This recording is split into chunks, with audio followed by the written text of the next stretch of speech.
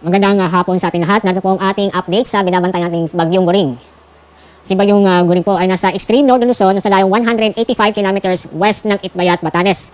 Napanatili ang lakas ng hangin malapit sa gitna ng bagyo na umaabot sa 195 kilometers per hour, samantalang ang pagbugso ng hangin ay nasa 240 kilometers per hour. Inaasahan po natin itong kikilos pa west-northwest sa bilis na 15 kilometers per hour. Kasalukuyan ay pinapalakas pa rin ni Bagyong Goring ang southwest monsoon, kaya itong southwest monsoon ay nakaka-apekto sa malaking bahagi ng bansa. Samantalang, ang severe tropical storm na may international name na Haikui ay nasa labas pa rin ng ating PAR at inaasahan po natin kikilos papalapit o papasok sa ating Philippine Area of Responsibility. Sa forecast track ng Bagyong Goring ay patuloy itong kikilos. Diyan na rin northwestward, then westward patungo sa southern portion ng China. Inaasahan po natin lalabas ng PAR si Bagyong Goring ngayong gabi o bukas ng umaga. Narito po ang mga lugar po na sa ilalim ng Tropical Cyclone Wind Signal number 1 na lamang sa Batanes, Babuyan Islands, Ilocos Norte, northern portion ng Apayao at northwestern portion ng Cagayan. Ang mga lugar nito ay makakaranas pa rin ng masungit na panahon kung saan may mga paminsan-minsan malalakas na pag-ulan at malalakas na hangin.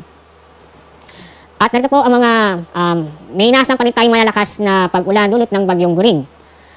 Ngayong araw hanggang bukas ng hapon, inaasahan tayong malalakas na pag-ulan sa Batanes, Babuyan Islands, Ilocos Norte, Apayao, northwestern portion ng Cagayan, Ilocos Sur, at Abra. Samantala, may inaasahan pa rin tayong mga malalakas na pag-ulan dahil sa habagat.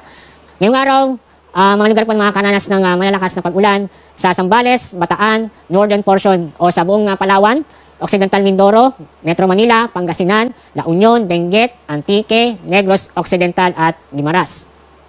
Bukas, may inaasahan pa rin malalakas na pag-ulan, dulot pa rin ng habagat sa Zambales, Bataan, Occidental Mindoro, Metro Manila, Rizal, Bulacan, Cavite, Batangas at yung northern portion ng Palawan kasama ang Cuyo at Calamian Islands.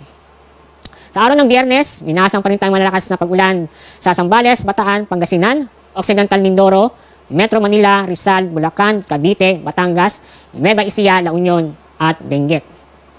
At dahil po, may inaasahan pa rin tayo sa ngayon hanggang sa susunod ng 1 hanggang 2 araw ng malalakas na pag-ulan. Kaya patuloy pa rin tayong mag-ingat, alamin po ang ligtas na lugar dahil nandiyan pa rin ang banta ng pagbaha o pagguho ng lupa.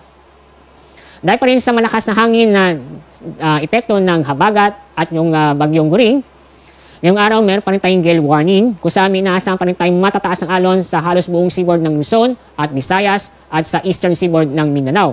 Kaya bawal pa rin kumalaot na ating makababayan sa mga nabanggit na mga lugar. As ibang detalye about sa gale warning ay inyong mababasa sa aming Pag-asa website, ang gale warning number 15 na inisyo namin kaninang alas 5 ng hapon. At dakon tayo sa binabantayang bagyo sa labas ng PAR na may international name Haikui ay nasa layong 1,380 kilometers east ng extreme northern Luzon. Napanatili niya ang severe tropical storm kung saan ang lakas ng hangin ay nasa 100 kilometers per hour, samantalang pagbugso nito ay nasa 135 kilometers per hour. Inaasahan po natin kikilos west-northwest sa bilis na 15 kilometers per hour. Ayan po ang ating update sa ating binabantayang sama ng panahon. Palagi tayong mag-ingat at maraming salamat.